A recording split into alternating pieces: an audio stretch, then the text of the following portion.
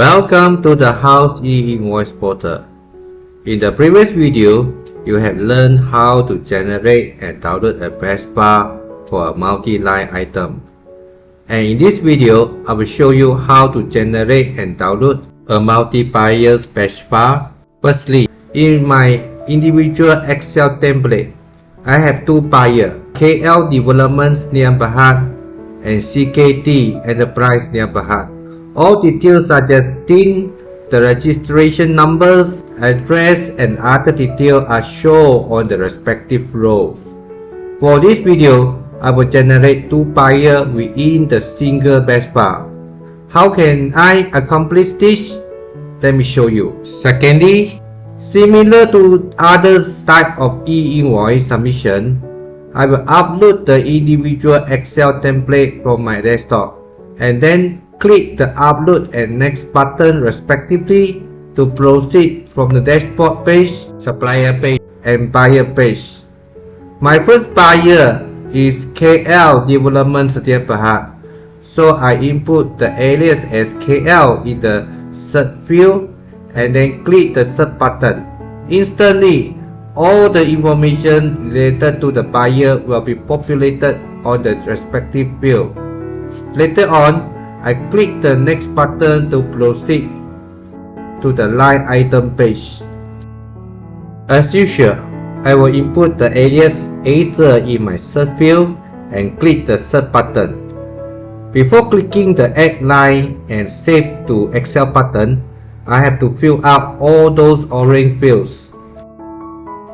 Then it will throw me to a green bar at the bottom of the page stating that the Excel file was written successfully.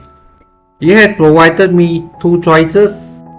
I can either download the batch bar or start a new buyer. If you are not sure, I have put a *3 link in the top right corner of this video. Next, I click Start a New Buyer button, which will direct me to the new buyer page again. But this time I will input CKT Enterprise near Berhad as my second buyer and click the Search button. Again, all the new information will be populated on the buyer page. I will click the Next button to proceed.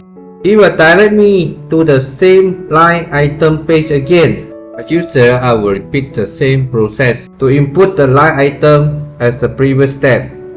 Except this time, the invoice number has been increased by 1 from JT106 to JT107 automatically. I only be required to fill up the date, time, and quantity number.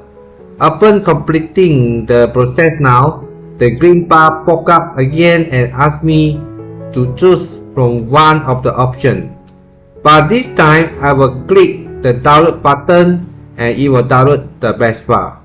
The submission is lastly similar to the previous submission validation video. I will put a link on the right corner of the screen if you haven't watched the video.